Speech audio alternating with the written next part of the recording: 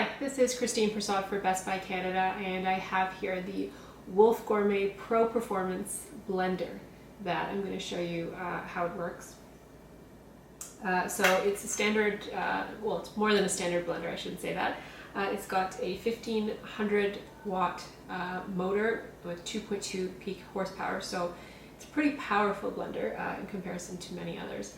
It comes with a Triton BPA-free 64-ounce jar. I love the size and the width. It's pretty wide and large to fit large amount of ingredients. I just really wish it was glass, especially from a brand like Wolf. It goes along with a really sleek and elegant looking base. I love the red knob, which is a really cool touch. And it's got pretty basic functions, so pulse and start stop. So pulse is when you've got things like nuts and grains that you want to pulse and just to get them nicely crumbled. And then it's got 4 main modes: smoothie, crushed ice, puree, and soup. So the really cool one is the soup, so we'll get to that in a minute, but each of those are just preset functions to get something really quick if you want to crank out a smoothie, you know, with some ice and bananas and blueberries and such and spinach, and just get that done with some almond milk. And then it's got variable speed control from 1 to 10. So incrementally it goes up in speed and power, obviously, depending on what you are looking to blend. So I set out to test this, and I tried all 4 of the modes. So you can read more in my review about my experience with those. But what is really cool about the soup function is that you can include cold ingredients in the blender, and when you use the soup mode, which runs for 6 minutes and 45 seconds, it will actually heat up the soup as well, which is super cool. So you can roast your vegetables, for example, in the oven, throw them in here, add in some cold cream or broth or whatever you want to add to it, pop the soup button on, and it'll do its thing. I did see that it shook around a little bit. You'll see steam coming off the top when it's going, but comes out perfect. So this is essentially a cooking appliance as well as a blending one. So in terms of the accessories, it has this really tight fitting lid. And inside the lid, you can see there's a hole here. This is for the emulsion cup and the filler cup.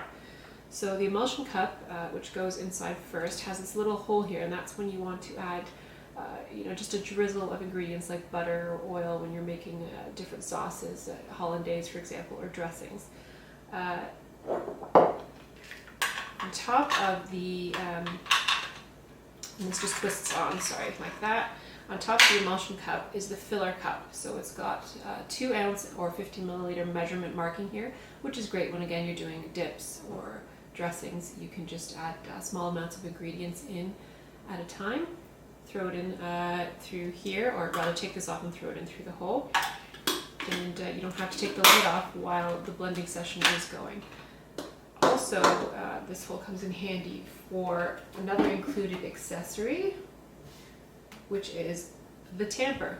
So if you're blending smoothies or dips and such, and you find that there's some ingredients clumping in the middle, or that's getting stuck on the sides, which happens from time to time, you can just use the tamper to loosen it up.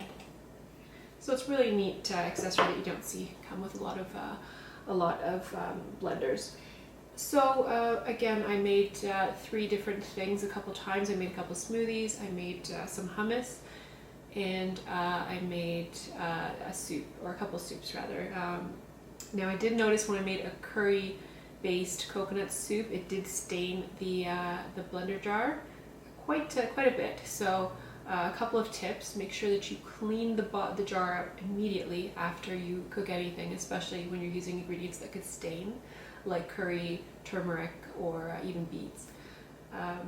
And there is a vinegar / baking soda / water solution that you can use, and actually just put it on the soup mode and let it go, and that will give it a more stronger clean in the event that it needs one.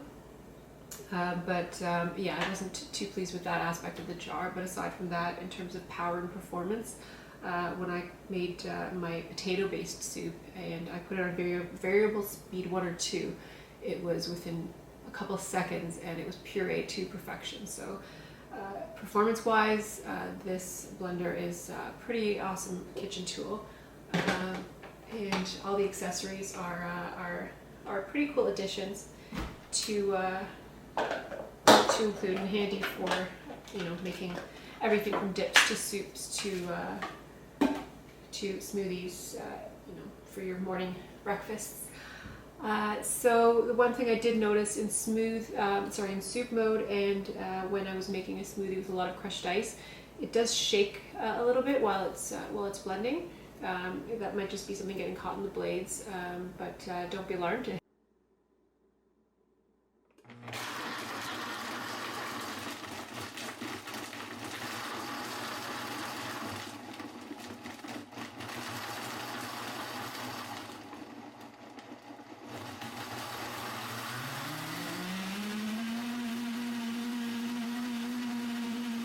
Again, this is the Wolf Gourmet Pro Performance Blender, and you can read more about my review and see some pictures of the delicious things that I made in it in the Best Buy blog.